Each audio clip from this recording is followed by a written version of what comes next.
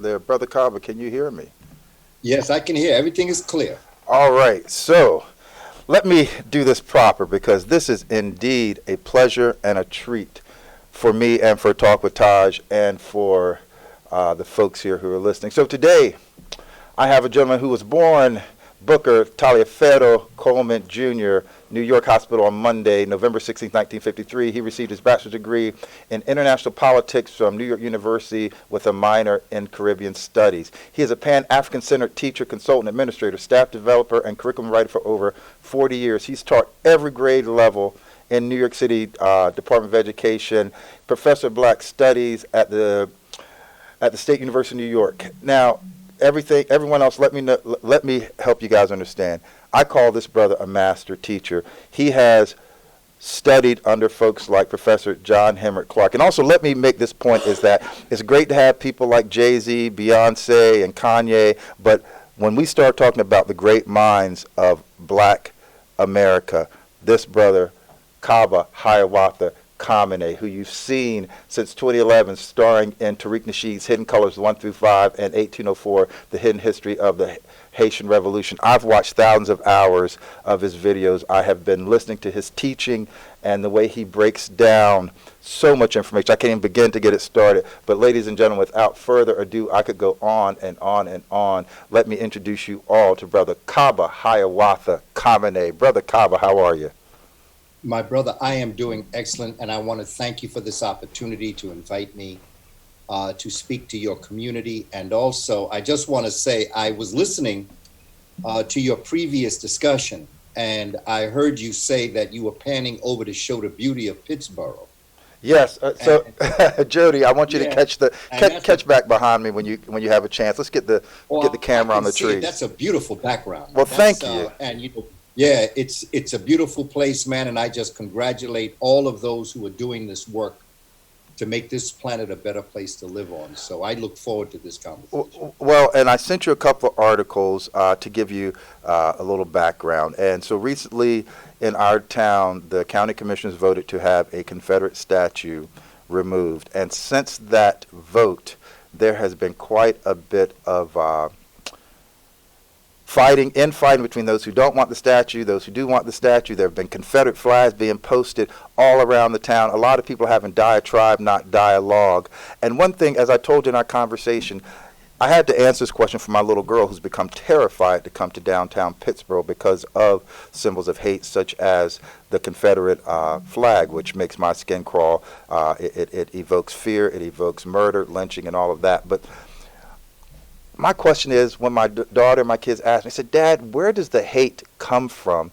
Where it seems that there's just this hatred of Black people. And I said to you before, I said, if someone of German descent said, hey, I want to erect a statue, not about the hate and the murder of the Nazi Party, but to extol the value of German pride that Hitler instilled in the people, can we start flying some swastika flags and erect some statues of German soldiers? Unequivocally, no, that would not be allowed. How come symbols that represent Holocaust, murder, lynching, genitalia mutilation, I can go on and on, how come that is allowed in the face of Black people? And how do we even begin to have that conversation? Kaba. Well, Brother Aaron, I think, in fact, when we spoke about preparing for this conversation, one of the things that I focus on, and one of the things that you focused on, was I try to approach it from a scientific perspective.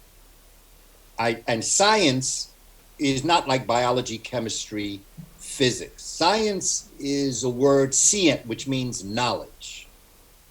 One of the attributes we give the Creator is omniscient, which means all-knowing.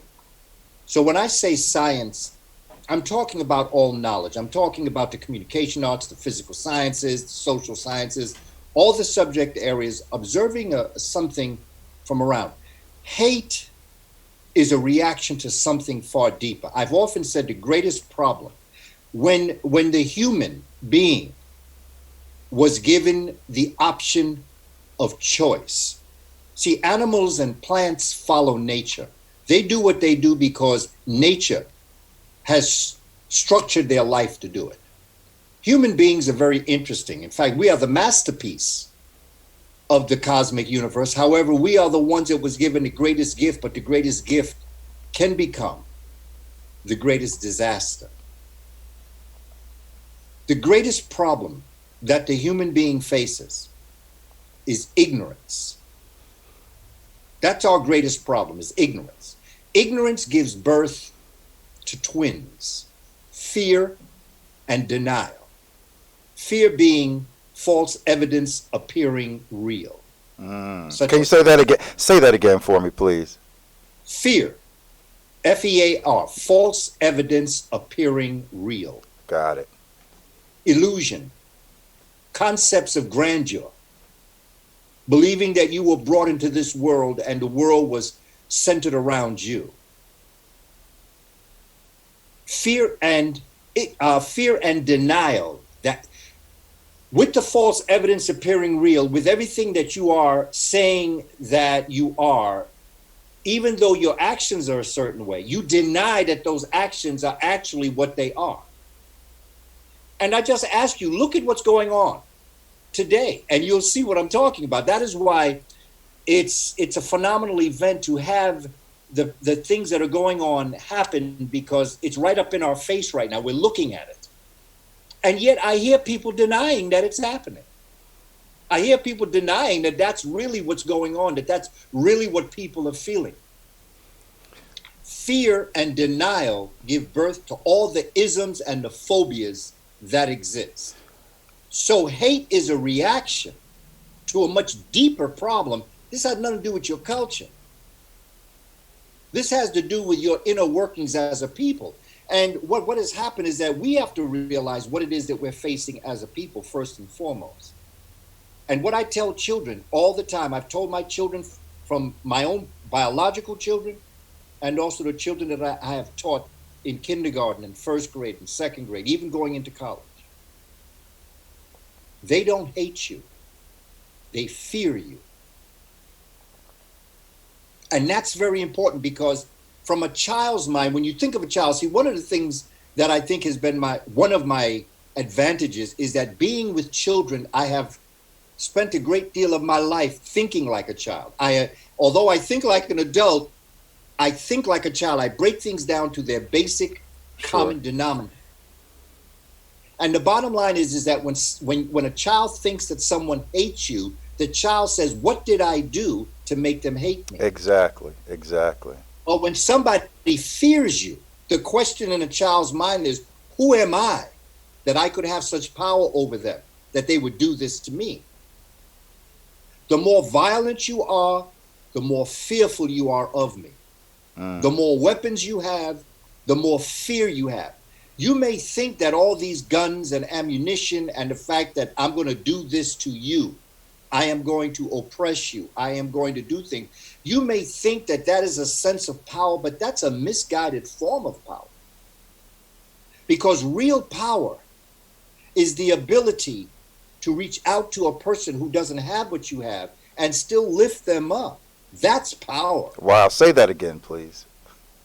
It's important to understand this, because we're caught up in a world where if I can knock you down, if I can hurt you, if I can kill you, I've got power. No, in fact, that you have given up your power when you do things like that. Power is the fact that you are willing.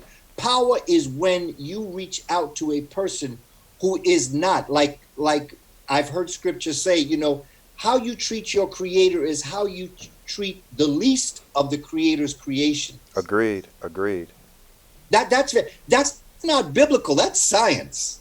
It may come in a biblical form. It may come in a holy book, but that's a scientific cosmic principle. That's a universal law.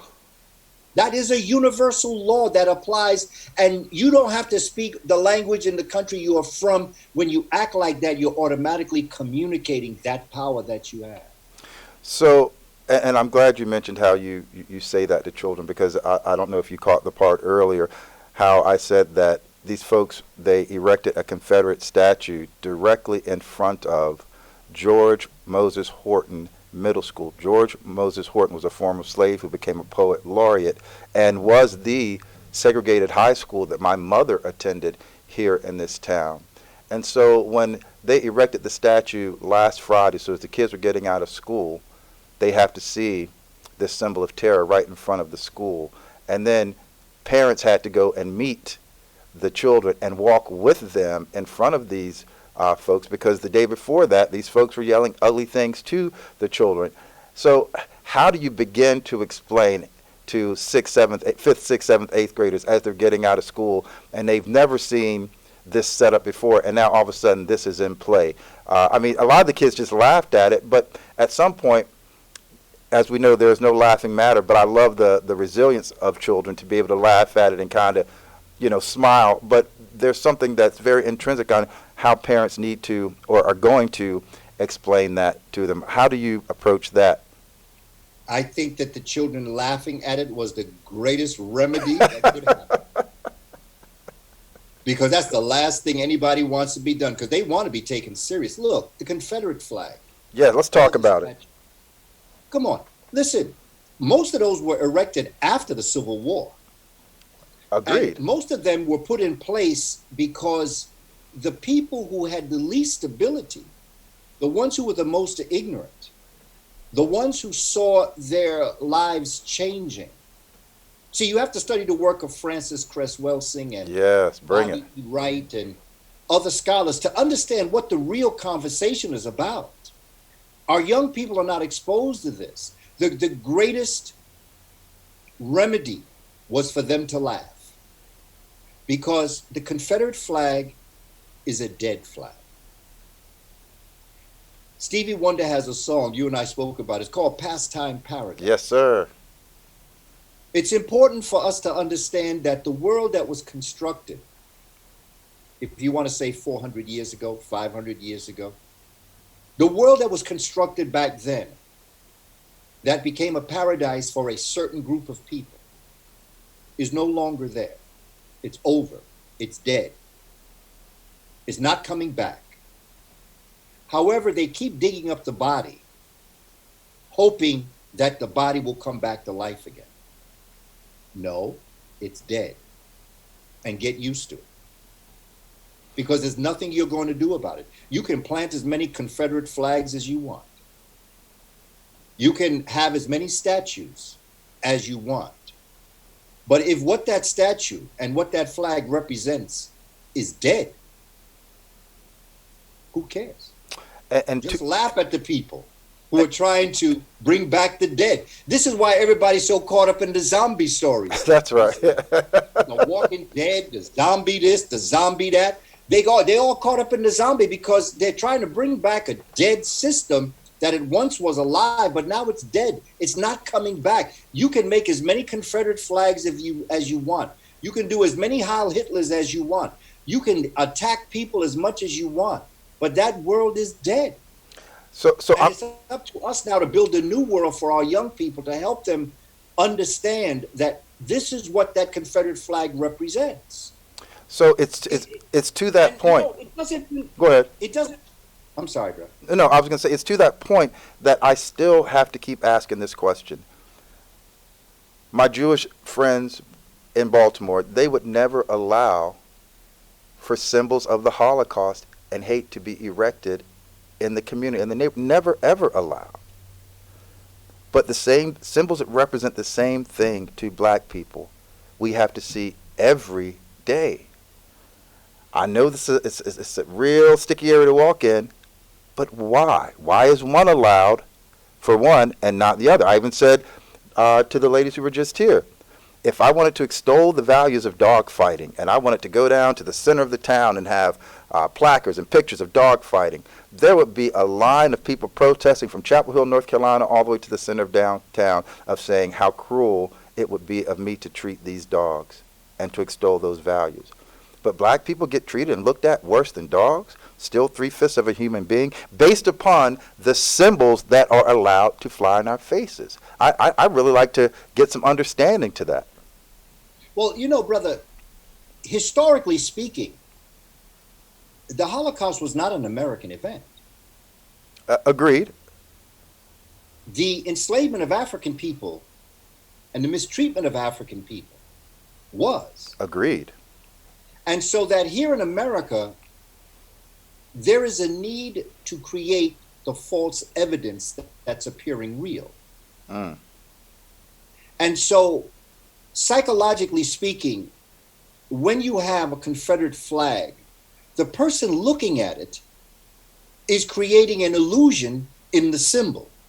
When you have statues of people who were part of the Confederacy, you're dealing with an illusion, but looking at that person helps you understand them, makes you want to celebrate them, as we see statues of Martin Luther King and Malcolm X and Fannie Lou Hamer and Sojourner Truth. Sure. There are certain things that go into our head when we see those symbols, those statues of people, when we see the red, black, and green flag created by Marcus Mosiah Garvey. There are certain feelings that we have. They are symbols. Symbols is part of figurative language. Figurative language is that way in which we express certain feelings. And so people will allow things to happen to people of African descent because the enslavement of, the former Attorney General, Eric Holder, once said something very powerful. And I was shocked when he said it because it was so powerful. He said that when it comes to race, Americans are cowards to talk about it. We haven't talked about it. We really haven't spoken about what it is. We haven't really spoken about what people are willing to give reparations to people in many different areas. But when it comes to peoples of African descent who built this country, long before immigrants came to America, okay, Africans built this country. I'm holding up a paper that says reparations, the question isn't if, but when and how. I'm holding up a paper right now that says that. Yeah. It's going to come. Eventually it will come. But first and foremost, we have to understand and move all the false evidence that's appearing real. We have to look at this from a perspective that our children and our community understand. What does that Confederate flag represent? What does it mean, that Confederate flag? Is it really them trying to impose their will on it, or is it a symbol of a weak person attempting to relive a pastime paradise? Well, a lot of the dialogue behind that is if you tear down, this is what people have said. I live stream the commissioner meetings on TajTalk.com, and a lot of the people for the statue say tearing down history, erasing history is the term that they use about why the Confederate flag shouldn't come down. So I said, well, I have a little history here. I don't know how well you guys can see this, but this is. Bring that down a little bit, brother. I'm I see it, but you got to bring. I'm bringing it over here. How about that? More open, right in front of you. How about right in front of me here?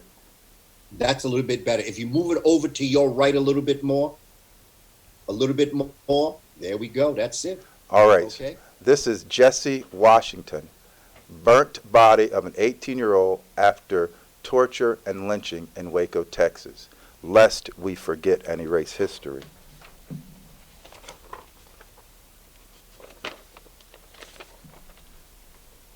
This is Thomas Shipp and Abram Smith, Marion, Indiana, 1930. I actually met the gentleman who was with them this night, but he got away. But look at the faces. Please put that back, brother. Look at the faces of the people. Please bring it down a little bit more and a little bit to your right. Look at the faces of the people. And I ask you, is that a human being? Is that what a human being would do?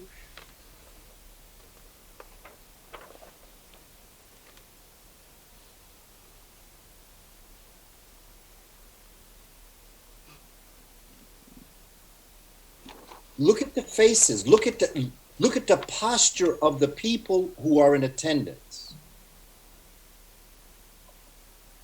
I don't know if you guys can see this one. That's it right there, brother. A little bit more over to your right. There we go, right in the, that's it. Look at the faces of the people. Look at what's happening and look at the faces of the people.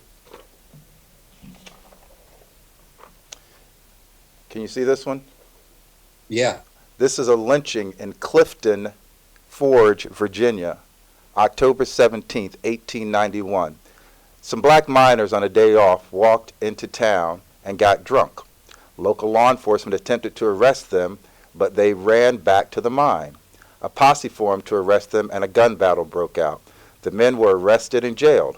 At 10 p.m. that night, a mob broke into the jail, placed nooses around their necks, and paraded them through town. And we can see what the end of that is. Now, I have some other pictures I'll bring next time. There's one of a father and 3 of his sons with their arms, necks, and genitalia all decapitated and hanging up in a net in a tree, lest we forget. The other pictures I'll bring next week show how little black babies were used as alligator and crocodile bait. They'd be tied on a rope and set in an area near alligators and used to bait them, lest we forget. So when people talk about taking down history, lest we forget, I'll keep bringing images of history, lest we forget. Does that make sense?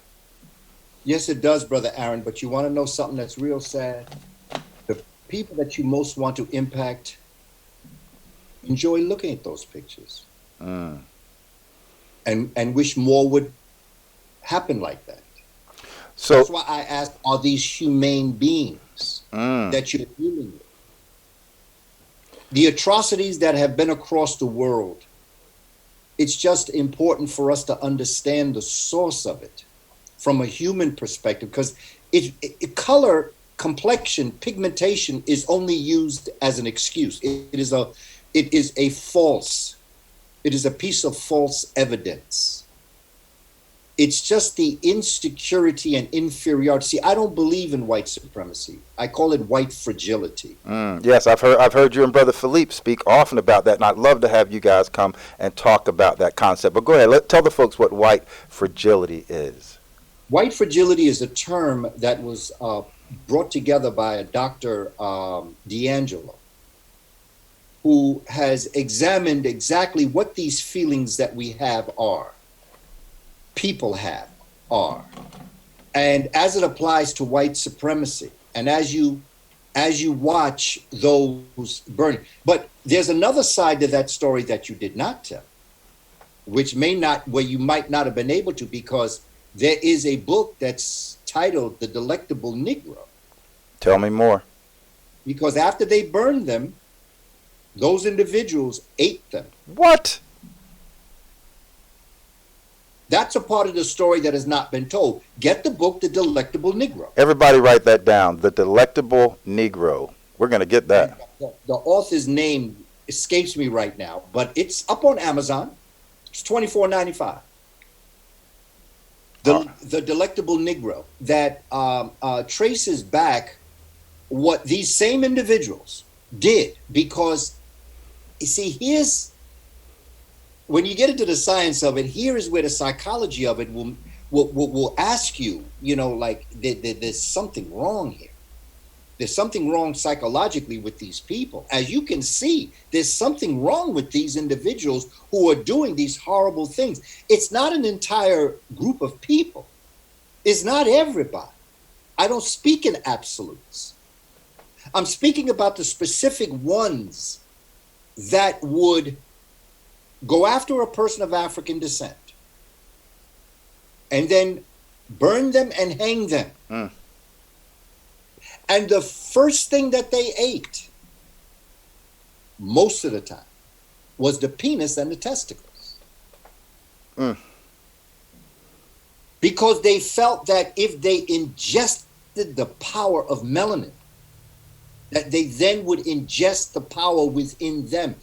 The French used to have something known as mummy parties, where they would take the mummies that they got from Kemet or Egypt, and they would mortar and pestle, grind. They call mummy parties, and they would eat the bodies of the mummies, believing that the power and majesty of the mummies would come into them.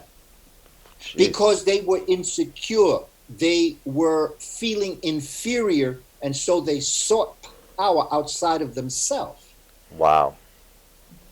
This is the science of what we're talking about. That's what that flag represents. That's what the flag represents. And it's important that as a people, we understand who we're dealing with. It is important for people of European descent who do not follow that belief system to understand what that belief system in that group of people is going to do to them, because they are the ones that are being hurt also. And this is very important for peoples of European descent to understand. To allow that to flourish is also hurting you. Injustice anywhere is injustice Everywhere. That's right. and it don't make a difference what the culture is. It doesn't make a difference what language that person speaks or the religion that they practice. And somewhere along the line, the truest civilizations had a law. In Egypt, for instance, they had a law called Ma'at. Ma'at, of course. Let's talk about Ma'at, and that's where the Ten Commandments came. Anyway, I'll let you say. Go ahead. No, you go ahead, brother. No, the concept of Ma'at, oftentimes when people are reading the holy books and the Holy Scripture and they talk about the Ten Commandments, I do make sure that people understand that that comes from a larger understanding and universal law and compassion and humanity, and called Ma'at. Will you break down Ma'at for the people, please? Ma'at, 42 principles. There used to be more, but then there was 42. And then those 42 could be condensed into two. And one of them was to realize that you are the creator having a human experience. And the second law was how you treat the creator's creations is how you treat the creator. Mm. So can you imagine those pictures that you just showed me? Mm. That's how you feel about your God. You see, when you deal with the Ku Klux Klan and when you deal with white fragility or white supremacy, you're dealing with a religious system. That is why they burn crosses on people's lawns. Mm. Because you have to ask yourself, again, here's the psychosis of this. The highest symbol of your faith system that you believe in is what you burn on somebody's lawn when you are attacking them. Wow. There's something wrong. There's something wrong when you crucify your Savior on a tree or cross and then you hang black people from a tree. Wow. It's almost like black folk are today's neo-Jesus. Mm. So the 42 laws of Ma'at were laid down, but there was a transfer of psychological thought because, again, you got to go into figurative language, you got to go into language. The 42 confessions, the 42 affirmations of Ma'at was when a person died and went to judgment to be judged for their life. They would come before the forces, the jurors, and they would affirm their life. And they would say, I have not polluted water. I have not polluted my body. I have not transgressed against another. I have not lied against another. These are all part of the 42 negative confessions. Now, think of the psychology. I have not, which means that you are presenting yourself. I have not. Now, think of what the Ten Commandments did. The Ten Commandments in figurative language turned it around. And instead of the individual speaking to the creator, you now have the creator speaking to the individual, where it says, thou shalt not. Thou shalt not kill. Thou shalt not have any other than the God. So that thou shalt not are, from a language perspective, it is the creator speaking to the individual. The 42 affirmations was the individual speaking to the creator within. I have not. I have not.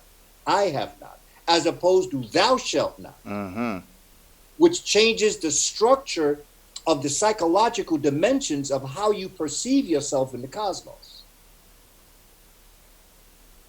And so, thou shalt not kill. Okay, but what were all those pictures you just showed me?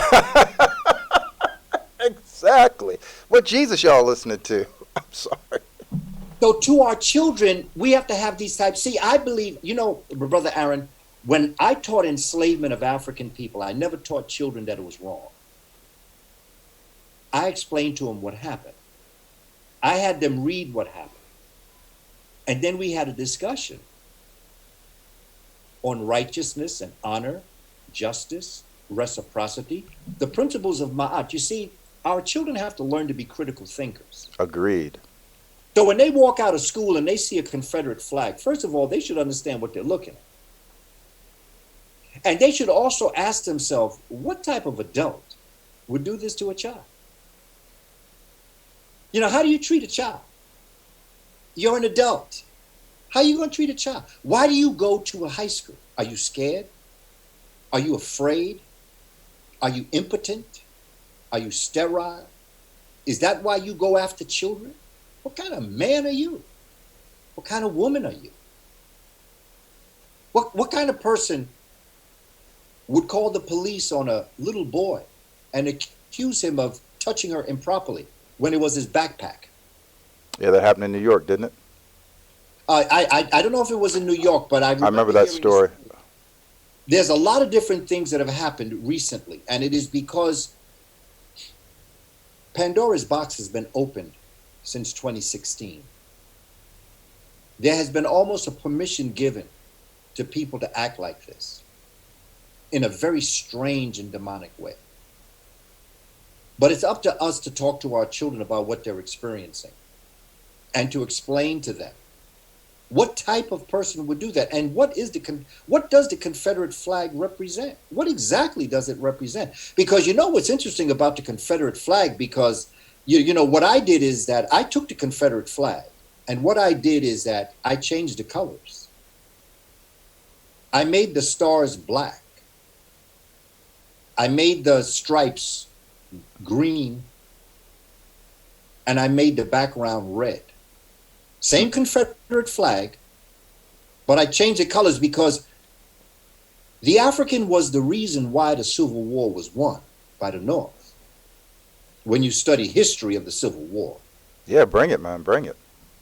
The troops that fought during the Civil War, you know, to understand the story of the Gullah Islands, which is not far from where you are. Sure, the Gullah Islands. Sure. It's St. Helena's. There's a road in St. Helena's that was named after Harriet Tubman because the community center there on the island of St. Helena's was one of the stops on the Underground Railroad. And when you go to Beaufort in the Gullah Islands, St. James in the Gullah Islands, these were some of the first places where Africans were freed. Sure. These were some of the places where Africans rose up in an absolute phenomenal rebellion that spread across the country and was very decisive in the victory. In the Spanish-American War, you can go back to the American Revolution. You can go to the Civil War. You can go to the War of 1812. You know, what's interesting is that people talk about the Star-Spangled Banner and about Francis Scott Key he enslaved Africans. Sure. He had enslaved Africans, right? And in the War of 1812, what had occurred that there were some Africans that decided to fight on the side of the British because they were promised freedom.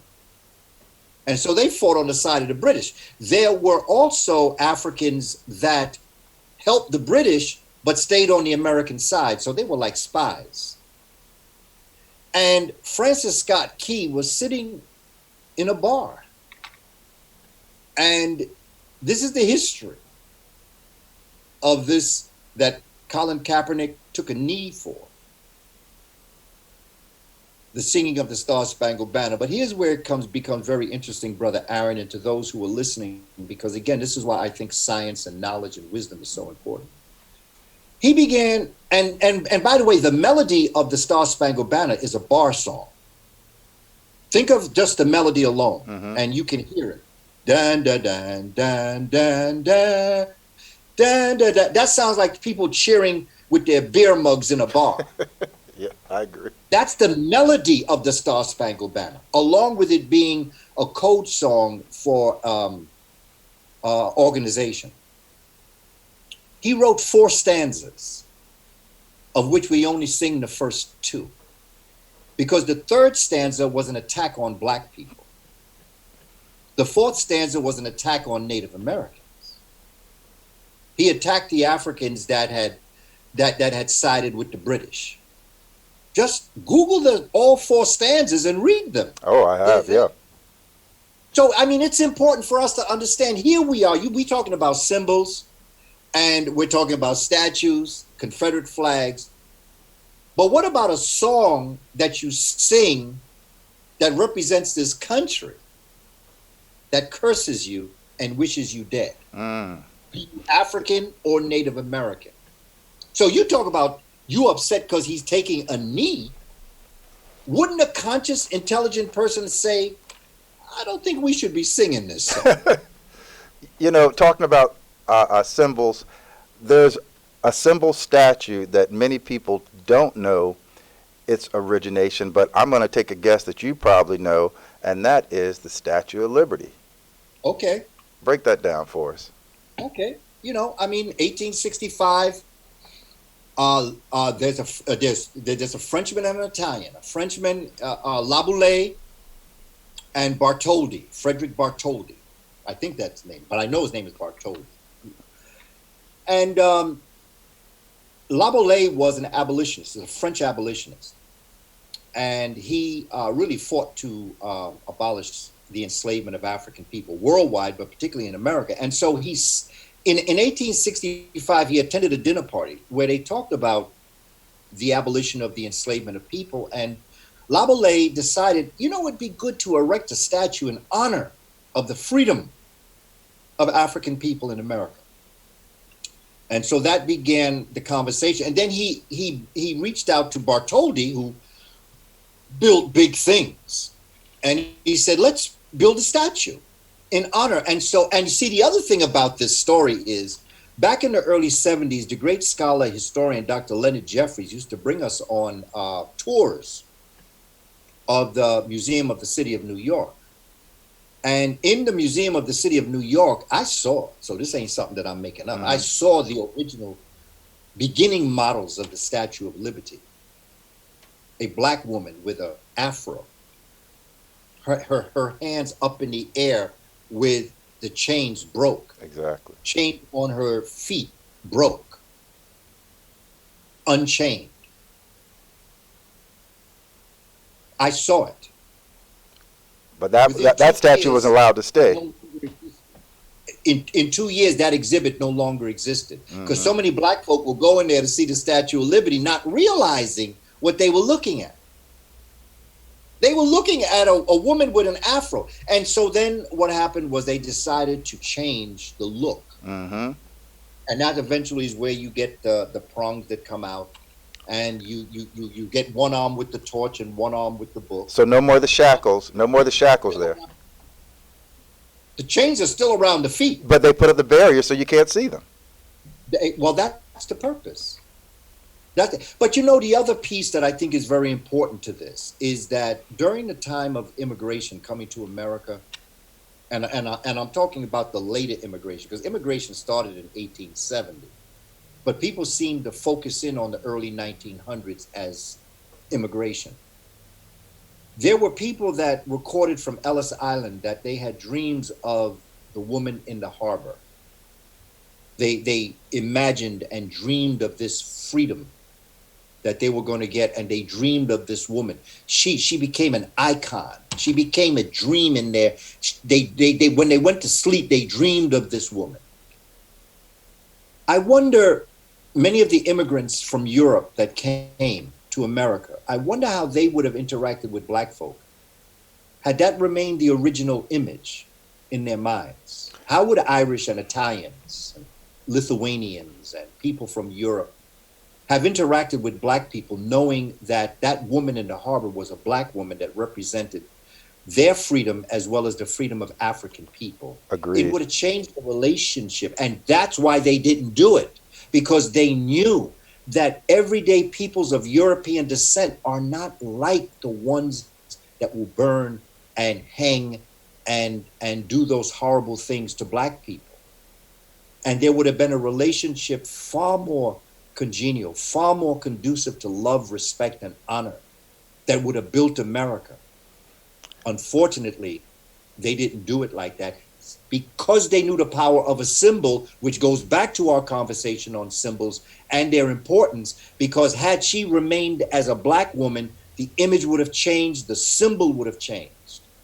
The Confederate flag brings images, the statues of Confederate soldiers and people who fought against the North brought.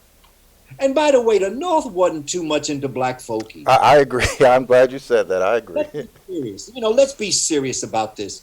Let's break it down. It was not about enslaving Africans that was a problem. It was economics that was the problem. Exactly. Because when capitalism, when Africans developed the civilization, where they built machines. You see, a lot of the machines that were built that brought in the Industrial Revolution were built by black people.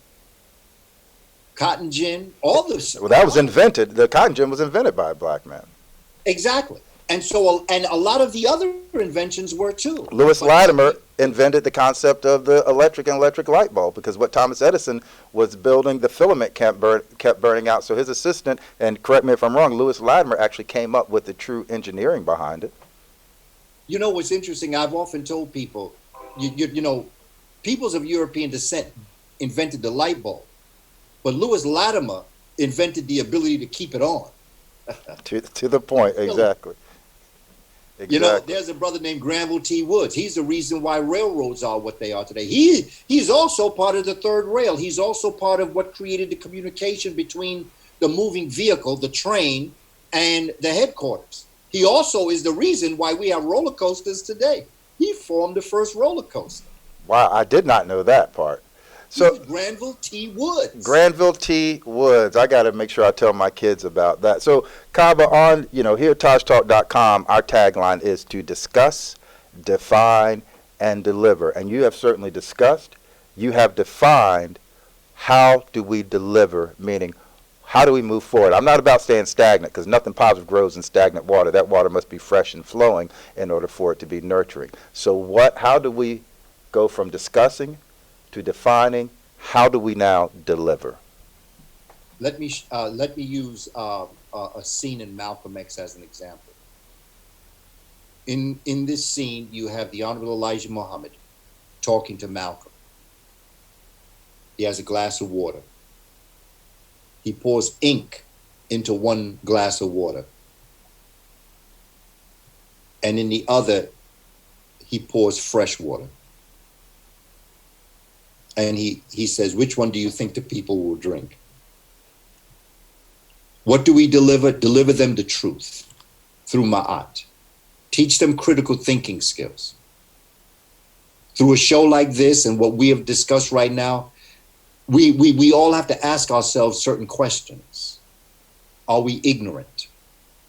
And sometimes ignorant is not just not knowing the truth. Ignorant is knowing the truth, but ignoring the truth. That's right. Ignorance. And so we have to be strong enough. We have to reverse what former Attorney General Eric Holder said. We must become courageous in our conversation. It's all right to have fear. I tell people all the time, I have fear. To talk the way I talk, Brother Aaron, I got to have some form of fear when I go out into a place. Indeed. And I'm speaking the way I'm speaking. I have fear. But I tell people, don't judge me by my fear. I'm a human being. I have a right to have fear. But I have no right not to have courage. Judge me by my courage. We have to show our children, we as the adult population, particularly males, that we have courage. We will tell them the truth. Well, and that is the one thing that has connected me with children throughout my career, is that I have dropped it. Like I say, it's hot. So, I coined a phrase that came to me. You know how stream of consciousness will come to you, and it came to me when, having to have conversations with my children. It is when you become a parent, the person that you truly are becomes a parent. Now, whether those are your children that come from your womb, your loins, or you were in charge to be an elder, an instructor, when you become a parent, the person that you are truly becomes a parent. So you mentioned how we need to show our children. I agree wholeheartedly with that, Kaba. Yeah, truth, brother. Just talk the truth and organize it. Don't put yourself in troubled ways. Do not put yourself in the path of trouble. I'm not saying be silly about it. Well, that's why I'm doing the show, is because there's been a lot of, again, diatribe in our community, a lot of back and forth. And as a brother who gets up and likes to get a little exercise in, I've even had a few cars with newly Confederate flags on them slow down a bit and give me a couple of choice words when I'm out and about running and exercising. So I'm well aware that people notice who I am and what I stand for, but nonetheless, I stand, and is the reason why I'm having this conversation, the reason why I brought you on to kick off the flagship show, because I knew that I needed to set the bar way, way, way, way high to keep it there, to know that that's what this platform is all about, is to bring a discussion where we agree to disagree, but we're always moving forward. And, you know, I couldn't be more happy and thankful that you've agreed to be on this show. And you know, I want to invite you to come to the area and to talk, because I know you can go for 2, 3, 4, 5, 6, 12 hours, and we haven't even gotten to where you break down the history of, I'm gonna mess this up, but Homo sapien Ethopithecus and all that, where you break all that down.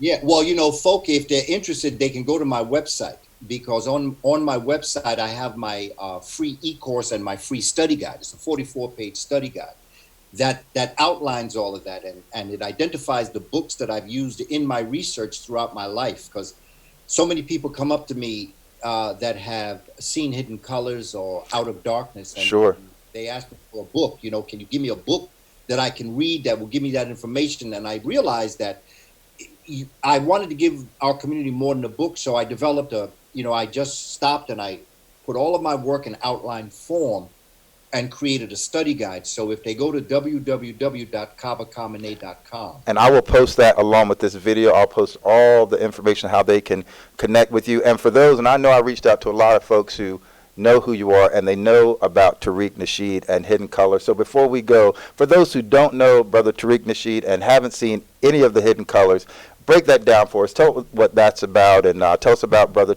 Tariq Nashhed and the projects you guys have been working on. Well, you know, one of the most important things, and when I speak about Tariq Nashhed, because I've gone to Birmingham and London, and they've had screenings of Hidden Colors. I've gone to Holland and places around the world. The community is waking up now, and what's important is that Hidden Colors, I first was filmed for my first Hidden Colors in December of 2010. Hidden Colors 1 premiered in December of 2011, April of 2011, I should say. And in the opening scene of Hidden Colors 1, Tariq Nashhed says everything that needs to be known about Hidden Colors and also why he did it. And he said he was watching a show on television on history, and it did not include the role of African people. And he said he knew that African people had a role in history. And so what he decided to do was to reach out to people that he had been impacted by, scholars like Francis Cress-Welsing and Phil Valentine and Shahrazad Ali. And I know I may be missing people, but they're there, and myself.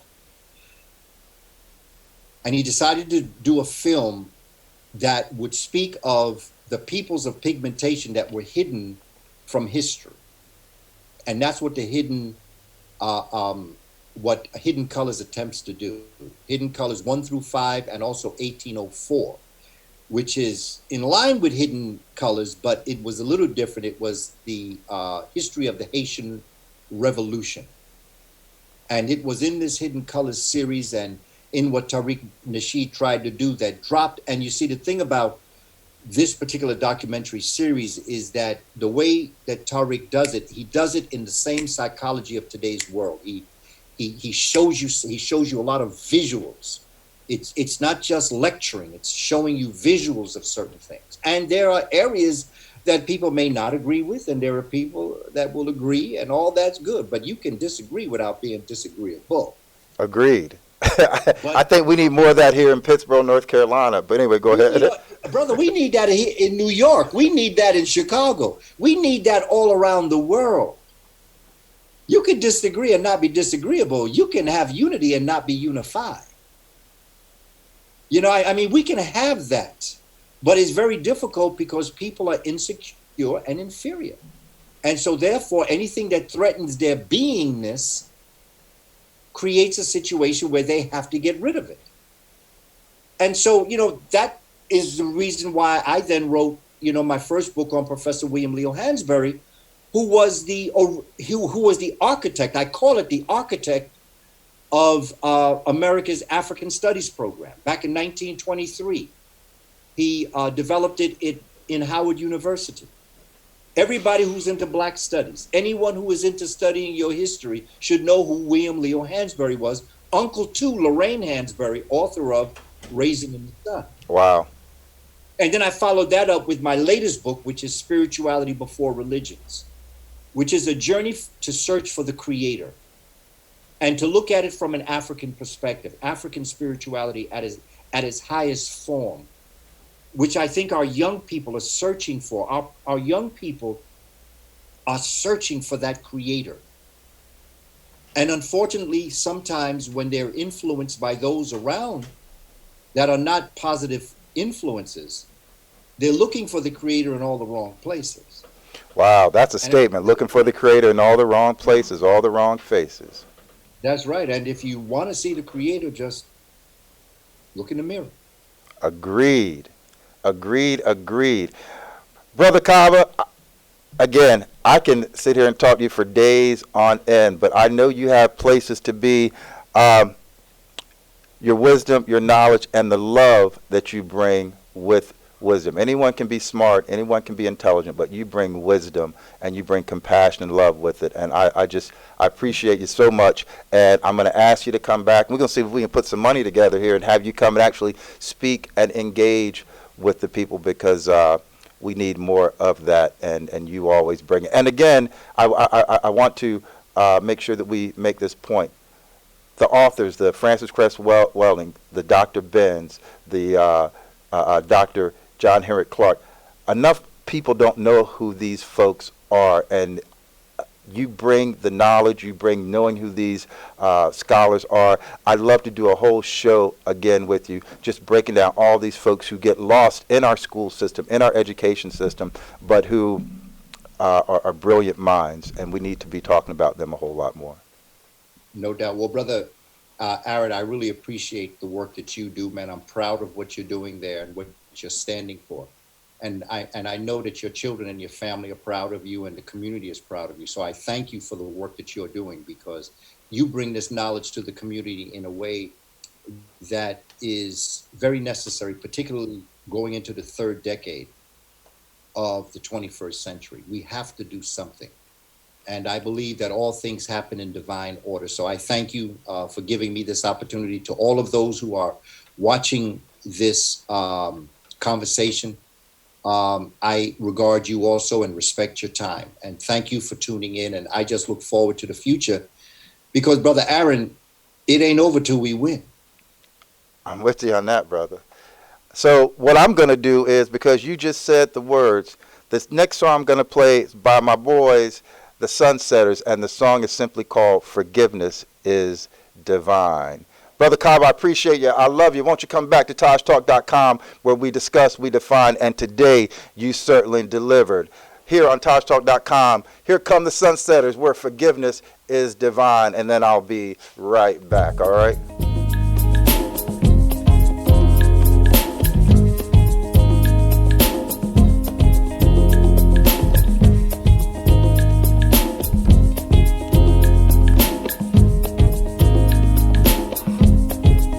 Don't deal in hate, then that's great.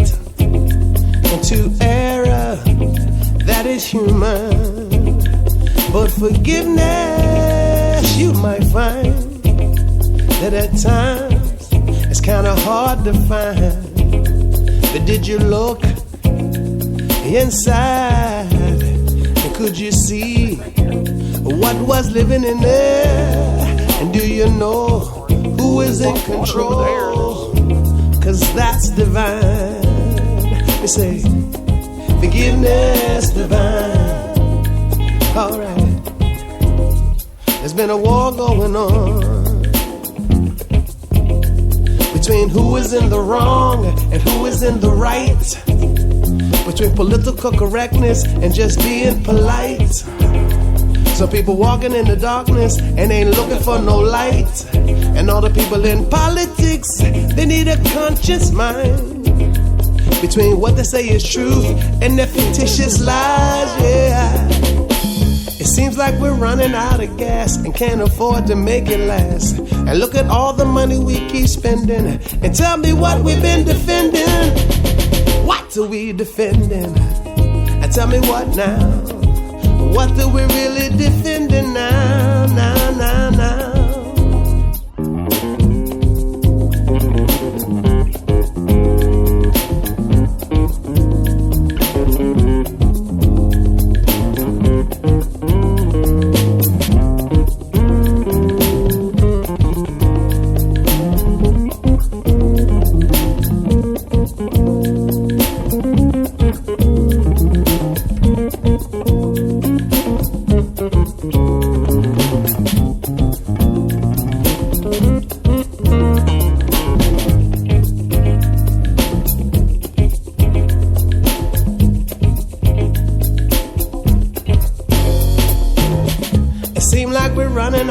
And can't afford to make it last. And look at all the money we keep spending. And when will the wars be ending?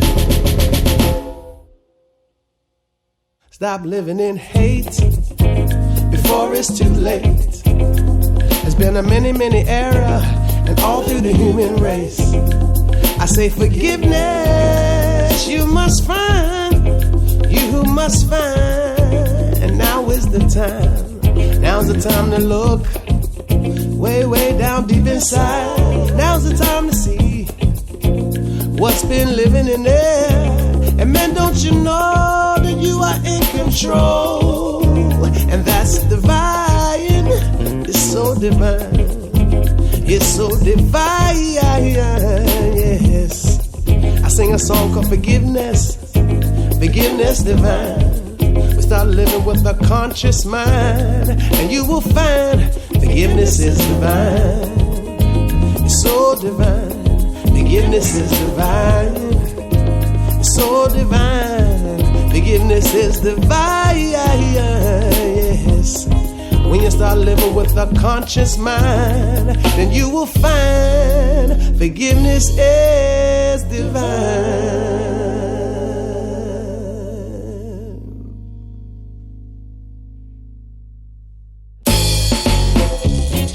Time to make life nice again. Life is your dance. I hope you dance. Alright, boy. We need to nice up the dance. Once again, my friends. Come on and nice up the club and do the rubber dub. We nice up the dance once again, children, and nice up the club. We nice it up. So when you're 9 to 5 in the city. Oh man, what a pity. And spending all your day hustling and bustling and on the go. The people keep they're working towards the weekend. Yes, Friday nights, I just can't wait for the music to hit me. I got to free this electricity. I wanna go nice up the dance. Once again, my friends, we need to nice up the club and do the rubber dub. We nice up the dance. Once again, children, nice up and dance. We nice up the club, and we gon' nice up the world. So check your knife and check your gun. You check your bomb at the door. You don't need that on the dance floor, no. Unless you got that bomb that makes me feel irate, irate. Come on and dance with me. Hey brother, come on and take a step from the bar. Just take a step from there, so I can share my dance step with you once more. And hey sister, come on and dance with me. Come dance with me, girl, 'cause I wanna do some dancing together, how we're supposed to be, yeah. But first, leave your hatred, your anger, your envy behind. Them things just messing with your mind. I know that you remember how to feel irate. This is a brand new day. Come on and dance with me. Come on.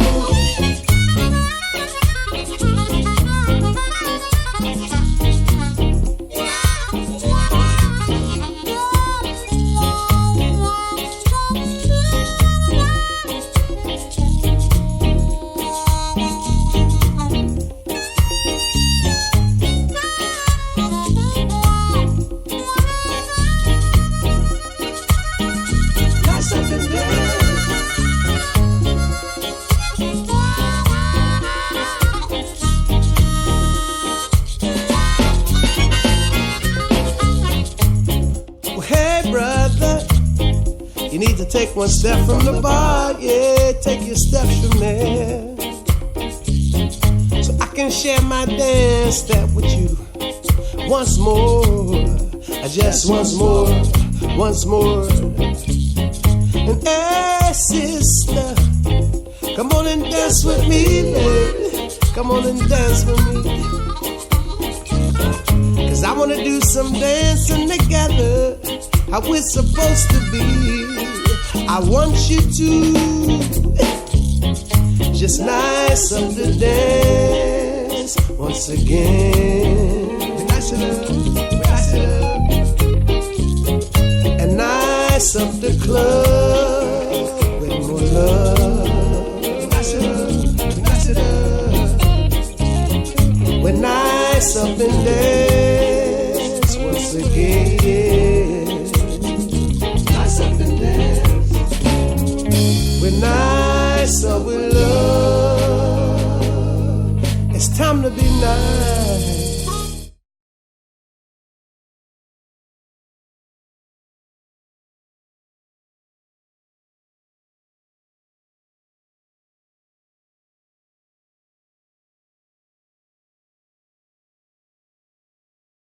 All right, there we go. All right, so now I'm back. That's called Nice of the Dance by the Sunsetters. And again, thank you to my very special guest today, Brother Kaba Hiawatha Kamene. If you go to Amazon and look up Kaba, K-A-B-A, Hiawatha, just the way it sounds, Hiawatha Kamene, Kamene, and I'll post it all with this when I repost the stream. And get his book, Spirituality Before Religions. I'm going to buy it as soon as we hang up. Spirituality Before Religion. Spirituality is unseen science. Science is unseen spirituality. And yeah, my man Kaba, I'm so appreciative of you. And you guys can find his book and his books on Amazon. I'm looking at them right now, and I will be purchasing that. So, hey guys, this is our first every Tuesday. I want to make this a weekly show every day, but right now we're going to do it every Tuesday, and we are going to talk about a lot of other things, but we had to talk about this today. And I will say thank you to my man Marvin Seabrooks as I drink locally summer water from my man Marvin Seabrooks. This is the blueberry cinnamon. It's a premium apple cider vinegar. And so thank you to my brother Marvin Seabrooks, sorry. And we always want to end on a positive note. As my man Jody just reminded me, there are a lot of positive things that are happening. And so let's let this be a part of the show. I don't care if someone holds the door for you, or maybe you stop and help someone change a tire, or someone just tells you they appreciate you. Let's also find ways to have a good day, to appreciate one another, to tell the good news of what's happening around us and how life can be very good and very positive. Because oftentimes we do get caught up in the sensationalism of things that are mad and mean and angry and hateful and fighting and fussing and shooting and killing and all that, that we simply forget that life is very short. And it is worth living, and it is worth enjoying and laughing and tripping and being cool and, being silly. It is all those things as well. But sometimes we got to have adult conversations as well. So I said the show is going to go from 11 to 1, and we will continue that. Next week, we're going to have some local guests. I hope to have the folks from the lacrosse team here in Chatham County or Northwood, talk to them. I hope to be able to talk more about what's happening at the high schools, what's happening in town. Going to cover a lot of local news. We do have an issue with our water here, and since we all, that's everybody, whether you're for the statue or not, we all are 70-75% water, depends on how much you sweat. Then we have an issue. Pittsboro studies water quality of the Haw River. That's something we can all talk about. We can all talk about having better water. And so we'll make sure we talk about that. This is the 30 days and counting down for the removal of the statue. If you'd like to come on and have a conversation, reach out to me, Taj, T-A-J, at tajtalk.com.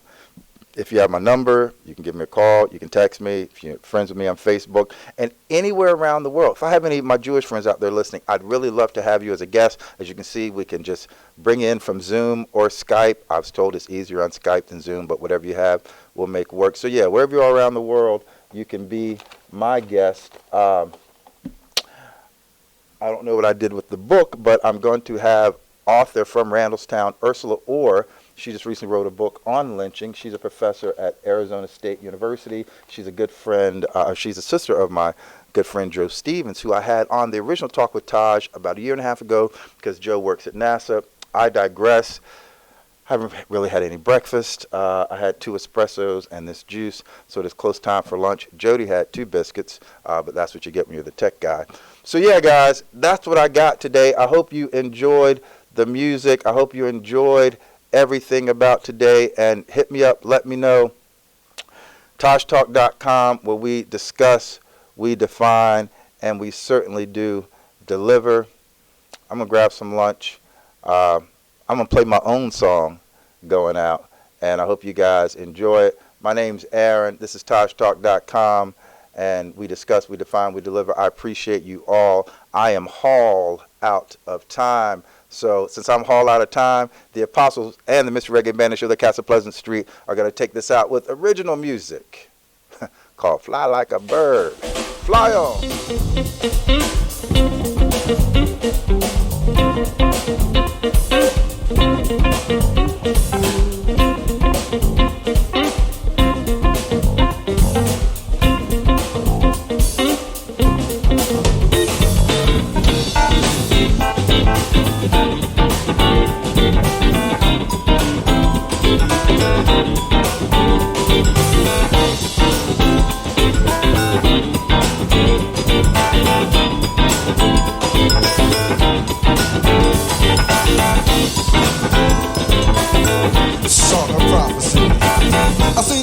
Shining blood light, I say the time to turn my day into a night.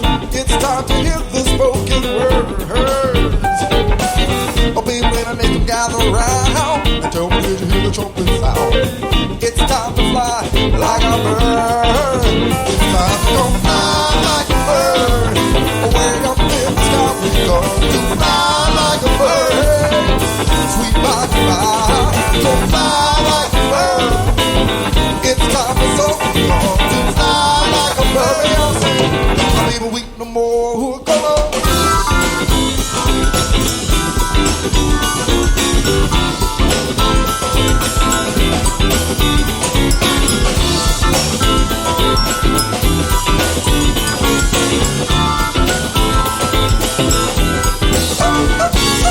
I see the moon come shining blood light. I saw the twilight of my day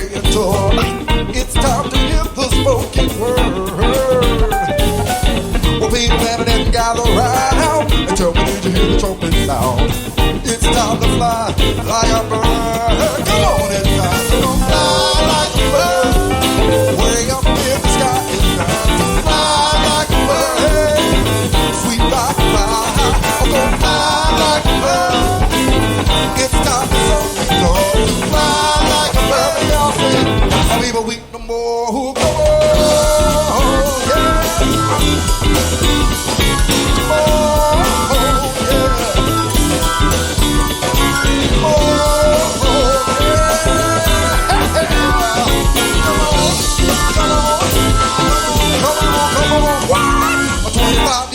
Mother's milk, my belly ready for the meat.